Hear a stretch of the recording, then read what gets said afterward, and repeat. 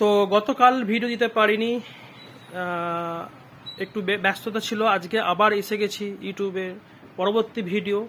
আমরা ইতিমধ্যে skill development complete করলাম, কমিউনিকেশন স্কিল কমপ্লিট করেছি আমরা। তো স্কিল ডেভেলপমেন্টের ওপরে আরও কোনো ভিডিও যদি পরে থাকে আমরা পরবর্তী পর্যায়ে করব।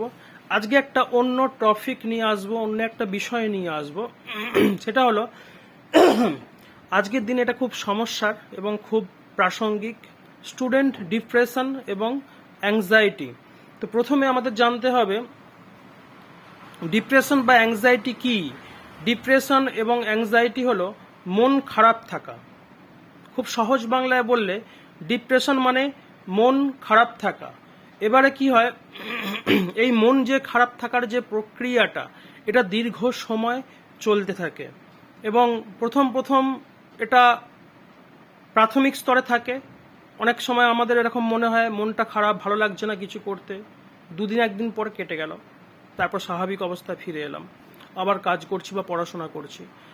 কিন্তু এটা যদি দিনের পর দিন চলতে থাকে, অর্থাৎ এটার যখন বিগ স্টেজ আকার নেয় বা যখন বড় আকার নেয়, এই মন খারাপিটা নিয়ে যখন আমরা অতটা গুরুত্ব দিই না, তখনই কিন্তু এটা বাড়তে বাড়তে একটা সময় ডিপ্রেশনের আকার নেয় এবং অ্যাংজাইটির আকার নেয়। অর্থাৎ তখন কি হয়, দীর্ঘ সময় ধরে মন খারাপ থাকা, কিছু করতে না ভালো লাগে, অর্থাৎ পড়াশোনা করতে ভালো না লাগা, ভবিষ্যৎকে নিয়ে ভয় লাগা, সব কিছু ব্যাপারে নেগেটিভ থট মাথার মধ্যে আসা এবং নিজের লক্ষ্য থেকে আস্তে আস্তে হারিয়ে যাওয়া, হ্যাঁ, সব শরীরের মধ্যে ক্লান্তি আসা, এই বিষয়গুলো কিন্তু হতে থাকে। এটা ডিপ্রেশন এবং অ্যাংজাইটি, এটাকেই বলা হয় ডিপ্রেশন এবং অ্যাংজাইটি। এবার আমাদের জানতে হবে যে এই প্রবলেমটা বা এই ডিপ্রেশন এবং অ্যাংজাইটি কেন আসে, কি কারণে এই ডিপ্রেশন এবং অ্যাংজাইটি আসে। তো দেখো, এখানে ডিপ্রেশন ছাত্রছাত্রীদের ডিপ্রেশন এবং অ্যাংজাইটির বেশ কিছু কারণ আছে। তার মধ্যে প্রথম কারণ হলো অতিরিক্ত পড়াশোনার চাপ, পরীক্ষার চাপ এবং র্যাঙ্ক, কেরিয়ার, এসব নিয়ে অতিরিক্ত চাপ, অতিরিক্ত ভাবা, এটা প্রথম পয়েন্ট। দ্বিতীয় পয়েন্ট হলো তুলনা করার প্রবণতা, অর্থাৎ অমুক স্টুডেন্ট ভালো, আমি খারাপ, ও ফার্স্ট হয়, আমি ফার্স্ট হতে পারি না, কিংবা ও চাকরি পেয়ে গেল, আমি এখনো চাকরি পেলাম না, ও আমার থেকে অনেক বেশি দূর ছাত্র হিসাবে, ও খুব ভালো, এই সাবজেক্টটা ভালো, ওই সাবজেক্টটা ভালো, আমি ওর মতন হতে পারছি না, আমি চেষ্টা করেও হতে পারছি না। এই যে অন্যের সাথে তুলনা করার যে প্রবণতা, এটাও কিন্তু ডিপ্রেশন এবং অ্যাংজাইটির জন্ম দেয়। তৃতীয়, আজকাল এটা খুব বেশি করে দেখা যাচ্ছে মোবাইল এবং সোশ্যাল মিডিয়ার অতিরিক্ত ব্যবহার। ছাত্রছাত্রীরা এখন মোবাইল এবং সোশ্যাল মিডিয়ার মধ্যে ডুবে থাকে। মোবাইল এবং সোশ্যাল মিডিয়া এমন একটা প্ল্যাটফর্ম যেটা তোমাকে বাহ্যিক জগৎ থেকে একটা আনরিয়ালিস্টিক জগতে নিয়ে চলে যায়, যেটা রিয়ালিস্টিক নয় সবসময়। যেটা তোমরা ফোনেতে দেখো সেটা সবসময় ঘটে না বাস্তবে। তো এটা একটা আনরিয়ালিস্টিক জগৎ। তো এখানে মাঝে মাঝে তোমরা বিচরণ করো, তো এখান থেকেও ডিপ্রেশন, অ্যাংজাইটি আসে। এটা হলো তৃতীয়। চতুর্থ পয়েন্ট হলো পারিবারিক চাপ বা পারিবারিক প্রত্যাশা। তোমার বাবা মা বা তোমার বাড়ির লোক চাইছেন তুমি বড় কিছু করবে, তুমি ডাক্তার হবে, ইঞ্জিনিয়ার হবে, তুমি টিচার হবে, তুমি ইন্ডাস্ট্রিয়ালিস্ট হবে, এরকম বড় কিছু তোমার বাড়ির লোক বা তোমার বাবা মা, তোমার আত্মীয় স্বজন, তোমার পাড়াপ্রতিবেশী চাইছেন, তোমার উপর প্রচুর প্রত্যাশার চাপ আছে। অথবা এমনটাও হতে পারে তোমার বাড়ির লোক তোমার উপর মানসিক নির্যাতন করছেন অনিচ্ছাকৃত, হয়তো তোমার কোনো গাফিলতির জন্য তোমার প্রতি তাদের বিশ্বাস নেই, তারা তোমাকে বিশ্বাস করতে পারছেন না, তারা বারবার বলছেন তোর দ্বারা কিছু হবে না, তুই ফেলিওর। এটা একটা গুরুত্বপূর্ণ কারণ। 5 নম্বর হচ্ছে একাকিত্ব, অর্থাৎ তুমি বন্ধুদের সাথে মেলামেশা কম করো, কথাবার্তা কম বলো, নিজের প্রবলেম শেয়ার কম করো। 6 নম্বর নিয়ে হলো ভবিষ্যৎ নিয়ে অহেতুক ভয়, দুশ্চিন্তা। 7 নম্বর হলো ঘুমোতে না পারা, রাত্রে ঘুম কম হওয়া, অনিয়মিত ঘুম, সকালে উঠতে দেরি করা, অর্থাৎ অনিয়মিত ঘুমের এবং ঘুম থেকে ওঠার অভ্যাস করা। এবং এটাও খুব গুরুত্বপূর্ণ একটা পয়েন্ট, লাস্ট পয়েন্ট যেটা বলবো, পুরাতন ব্যর্থতা, কোথাও তুমি সফল হতে পারোনি, সেটা এক্সামের হতেই খুব ভালো খারাপ রেজাল্ট হয়েছিল, কিংবা যে কোনো একটা কোথাও একটা ব্যর্থ হয়েছ, সেই ব্যর্থতা তোমাকে মাঝে মধ্যেই তাড়া করে বেড়ায়। তুমি ভেবে নিচ্ছ হয়তো মাঝে মধ্যে যে আমি আর সত্যি আমি এই সফল হতে পারবো না ওই বিষয়টার ওপরে। তো এটাও কিন্তু ডিপ্রেশন এবং অ্যাংজাইটির একটা গুরুত্বপূর্ণ কারণ। এবারে এখন আসবো এই ডিপ্রেশন এবং অ্যাংজাইটিকে কাটানোর উপায় কি। দেখো, প্রথম কথা হচ্ছে ডিপ্রেশন এবং অ্যাংজাইটিকে কাটাতে গেলে ডিপ্রেশন এবং অ্যাংজাইটি যখন আসবে সেই বিষয়ে সচেতন হয়ে যাওয়া। তোমাকে আগে বুঝতে হবে, তোমাকে আগে অবজারভেশন করতে হবে যে এটা মন খারাপের স্তরে নেই। মন খারাপ হলে একদিন দুদিনের মধ্যে এটা কেটে যায়। যখন দীর্ঘদিন যাবৎ যেটা চলবে, যখন বেশিরভাগ সময় এটা চলবে, তোমাকে এটা বুঝতে হবে এটা ডিপ্রেশনের স্তরে চলে গেছে। তো এই আইডেন্টিফাইটাই ম্যাক্সিমাম স্টুডেন্ট করতে পারে না, যে আমাদের কি হচ্ছে বুঝতে পারে না।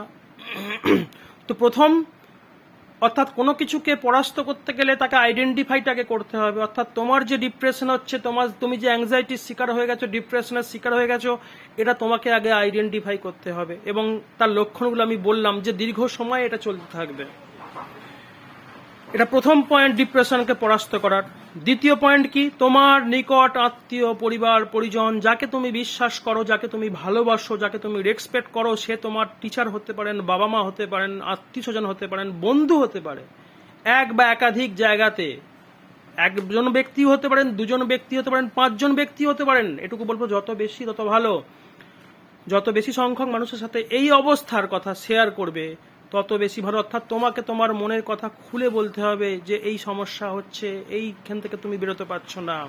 ডিপ্রেশন, অ্যাংজাইটি থেকে বেরিয়ে যাওয়ার এটা একটা ভালো পদক্ষেপ। তোমার নিজের পরিচিত মানুষের সাথে, যার সাথে তোমার মতের মিল হয় বা যাকে তুমি বিশ্বাস করো, তার সাথে তোমার কথা শেয়ার করো। আমি বলবো টিচারের সব থেকে তোমার কাছে আপন তোমার বাবা মা। অনেক সময় বাবা মাও হয়তো বিভিন্ন টাইপের ব্যস্ততায়, বা অনেক সময় অনেক বাবা মাই এডুকেশন ঠিক মতো পান না বলে সেভাবে বুঝতে পারেন না ছেলেমেয়েরা কি বলতে চাইছে। সেক্ষেত্রে আমি বলবো তোমার টিচারকে তোমাদের অনেক টিচার থাকেন, ওনাদেরকে তোমরা বলো। টিচাররা তোমাদেরকে গাইড করবেন খুব ভালো করে কিভাবে তোমরা ডিপ্রেশন থেকে এবং অ্যাংজাইটি থেকে বেরিয়ে যাবে। এবং তৃতীয় হলো নিয়মিত ঘুম, একটু পারলে ব্যায়াম করা, প্রাণায়াম করা, শরীরচর্চা করা।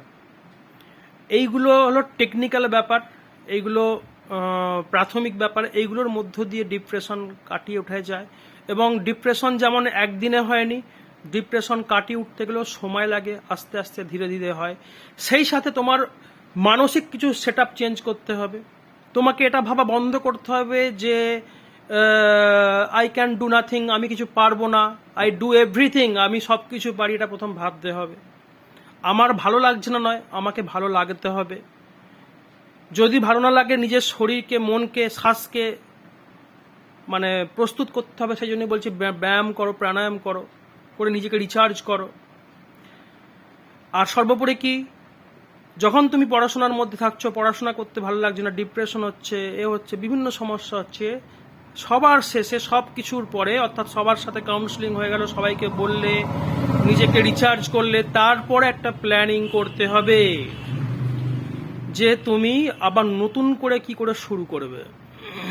যে অবস্থায় আছো সেই অবস্থা থেকে তোমাকে নতুন করে আবার শুরু করতে হবে, নতুন করে ভাবতে হবে।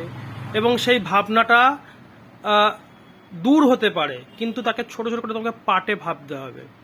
ধরো তোমার মনে হচ্ছে সামনের এইচএস আছে, তোমাকে আর সময় নষ্ট করলে হবে না, বা সামনে মাধ্যমিক আছে, তোমাকে আর সময় নষ্ট করলে হবে না, তোমাকে এখন পড়াশোনায় মনোসংযোগ করতে হবে। তোমার ক্যাটাগরি আছে ফার্স্ট ডিভিশন পাওয়া, তোমাকে হাই ফার্স্ট ডিভিশন পেতে হবে, কিংবা আরেকটু বেটার কিছু করতে হবে। তুমি হয়তো টেস্টে বা তোমার যে মক টেস্টে তুমি 60% পেয়েছো, তুমি চাইছো 70% পাবো, বা 75% পাবো, বা 65% পাবো, একটু বেশ বেটার কিছু পাবো।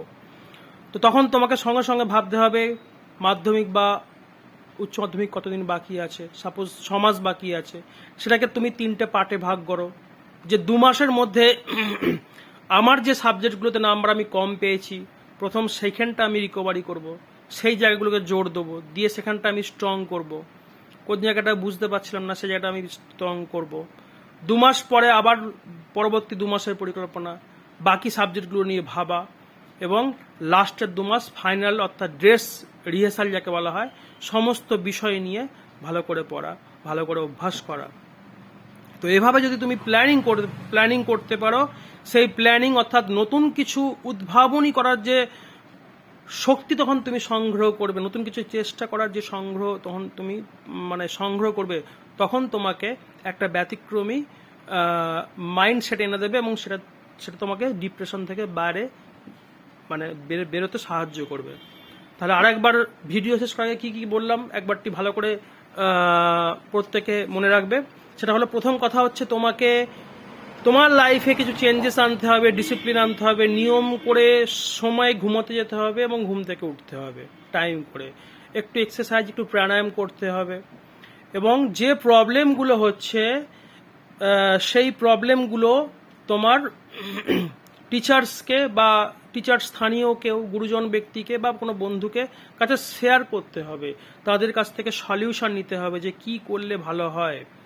দেখো অনেক সময় কি হয়, প্রাণায়াম বা ব্যায়ামটা খুব ইম্পর্টেন্ট ডিপ্রেশনের ক্ষেত্রে। কেন বলছি, অনেক সময় কি হয়, আমরা যখন চিন্তার মধ্যে থাকি, যখন ডিপ্রেশনের মধ্যে থাকি, আমাদের শ্বাস, আমাদের শরীরের মধ্যে একটা শ্বাসের যে যে কি বলবো, শ্বাসের যে যাওয়া আসা, সেটা একটা ইমব্যালেন্স তৈরি করে শরীরের মধ্যে। আমাদের তখন কি হয়, একটা ক্লান্তি আসে শরীরের মধ্যে, কোষগুলো বা শরীরের মধ্যে আমাদের উৎসাহ উদ্দীপনার একটা অভাব দেখা দেয়। কোষগুলো কিন্তু খুব ধীর স্থিরভাবে রিয়্যাক্ট করে। শরীরের মধ্যে সমস্ত যে চেতনা শক্তিগুলো আছে, যেগুলো আমাদেরকে যে হরমোনাল যে অ্যাক্টিভিটিসগুলো আছে, যখন আমরা ডিপ্রেশনে থাকি তখন সেইগুলো নেগেটিভ হয়, অর্থাৎ আমাদেরকে সেই হরমোনাল যে অ্যাক্টিভিটিসগুলো সেইগুলো নতুন করে আমাদেরকে আরও বেশি করে ক্লান্ত করে। আমরা যখন ডিপ্রেশনে থাকি অনেক কিছু হরমোনস বা অনেক গ্ল্যান্ড থেকে অনেক কিছু ডিসচার্জ হয়, যেগুলো আমাদেরকে আরও বেশি ডিপ্রেশনে নিয়ে যায়। আবার আমরা যখন খুশিতে থাকি, যখন সুস্থ থাকি, তখন আমাদের মধ্যে খুশির যে হরমোনাল যে অ্যাক্টিভিটি সেগুলো শুরু হয়ে যায়। ঠিক আছে, অনেক কিছু সায়েন্টিফিক ব্যাপার আছে, এইগুলো নিয়ে আবার অন্য ভিডিও পরে আসবো। তো এটা বুঝতে হবে, অর্থাৎ তখন তোমাকে কি করতে হবে, অনেক সময় কি তুমি মন চাইছো কিন্তু তোমার শরীর চাইছে না, সেক্ষেত্রে সেই জন্যই বলছি তুমি তখন হচ্ছে ব্যায়াম বা প্রাণায়ামের মধ্যে দিয়ে অন্তত ভোরবেলা মর্নিং ওয়াক করলেও, একটু দৌড়ালেও কিন্তু ভীষণ ভালো কাজ হয়। তোমার শ্বাসের গতিটা সেই মুহূর্তে বাড়ে এবং ফুসফুস অ্যাক্টিভ হয়, এবং ফ্রেশ বাতাস তোমার শরীরের মধ্যে যায় এবং শরীরটা নড়াচড়া করে। একটু ঘাম ঝরলো, তোমার পুরো যে সিস্টেমটা শরীরের মধ্যে চলছিল, একটা বোরিং ভাব, একটা ল্যাথার্জি ভাব, সেটা কাটিয়ে দেয়। তোমার মধ্যে একটা প্রাণ শক্তি যেন ফিরে আসে। তখন তুমি কি করবে, তখন তুমি উৎসাহ পাবে কিছু করার জন্য, কিছু ভাবার জন্য।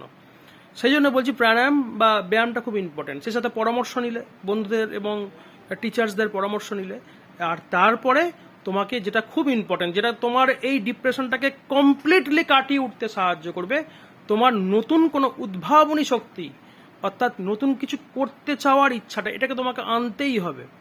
কেন, তুমি তো তাহলে না হলে সেই আবার আগের জায়গাতে চলে যাবে, তাই না? তুমি তো থেমে গিয়েছিলে, তুমি তো জাস্ট হাল ছেড়ে দিচ্ছিলে। তো নতুন করে আবার কিছু শুরু করার প্রক্রিয়াটা একদম শেষ স্তরে এসে, অর্থাৎ প্রথমে নিজেকে বুস্ট আপ করা, প্রাণায়াম, এক্সারসাইজ কিংবা মর্নিং ওয়াক, যা তোমার করতে ভালো লাগে তার মাধ্যমে। দ্বিতীয়, তোমাকে তোমার কথা, তোমার সব কিছুকে শেয়ার করতে হবে কারোর সাথে, আর মেন্টালি কি ভাবতে হবে, তারপরে যে আমার দ্বারা সব কিছু হবে, আমি পারবো সব কিছু। অ্যান্ড লাস্ট, তারপরে তোমাকে একটা প্ল্যানিং করতে হবে যে তুমি নতুন করে আবার শুরু করবে, এবং সেটা ছোট্ট ছোট্ট পার্টে। কেন, পরীক্ষা দেখা যাবে 6 মাস বাকি, 1 বছর বাকি, পরীক্ষার কথা ভেবে দিন রাত পড়াশোনা শুরু করে দিলে আজ দেখি সেটা কিন্তু বুদ্ধিমানের কাজ না, সেটা কিন্তু কন্টিনিউশন করাটা খুব চাপের হয়ে যাবে। তাহলে পরীক্ষার সময় যদি 6 মাস বাকি থাকে, যদি 8 মাস বাকি থাকে, সেটাকে 3টে পার্টে ভাগ করো, যে প্রথম 2 মাস কি করবে, তারপরে 2 মাস কি করবে, তারপর 2 মাস কি করবে।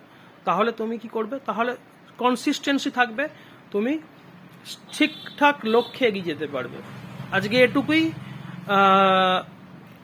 পরবর্তী পর্যায়ে আবার অন্য সাবজেক্ট নিয়ে আসবো, অন্য বিষয় নিয়ে আসবো। সকলে ভালো থাকো, বি কনফিডেন্স, এবং কখনো লক্ষ্য বা আশা থেকে কখনো নিজেকে সরিয়ে নিও না। ভালো থেকো।